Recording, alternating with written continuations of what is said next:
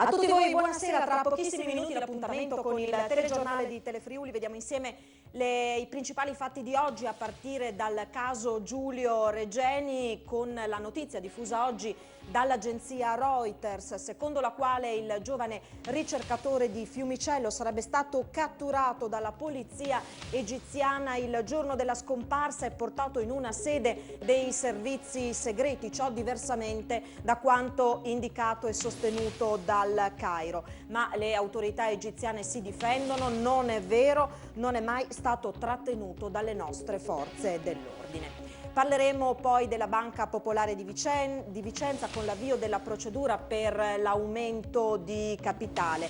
Ne parleremo in studio con l'avvocato Barbara Puschiasis, che è presidente di Federconsumatori, associazione che sta seguendo da tempo la vicenda e che sostiene i tanti risparmiatori friulani coinvolti in questa vicenda. E poi la cronaca con una rapina sventata a Pordenone da un poliziotto in borghese. Rubano un paio di scarpe, si danno alla fuga, ma per sfortuna loro naturalmente si imbattono nel vice segretario nazionale dell'UGL, Padrone, che appunto li ferma e addirittura li ammanetta utilizzando la cintura.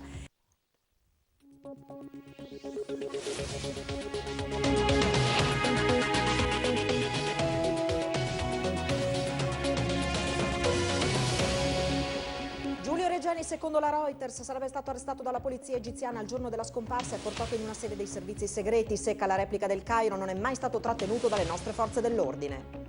Rubano un paio di scarpe e scappano, ma si imbattono in un poliziotto in borghese che li ferma e li ammanetta con una cintura. È successo a Pordenone, protagonista il vice segretario nazionale dell'UGL, Padrone.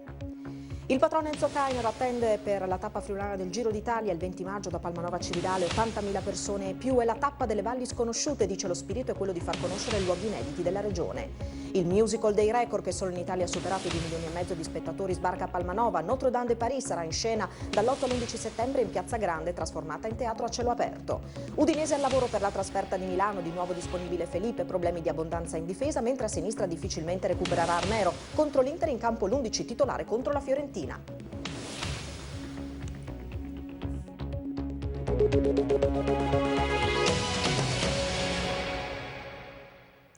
A tutti voi buonasera e bentrovati a questa edizione del telegiornale di Telefriuli. A cronaca locale. Rubano un paio di scarpe e poi si danno alla fuga. Ma a sventare la rapina è un poliziotto in borghese, già protagonista in passato di atti di eroismo fuori servizio. Il fatto è successo ieri sera a Pordenone, protagonista Raffaele Padrone, vice segretario nazionale dell'UGL Polizia.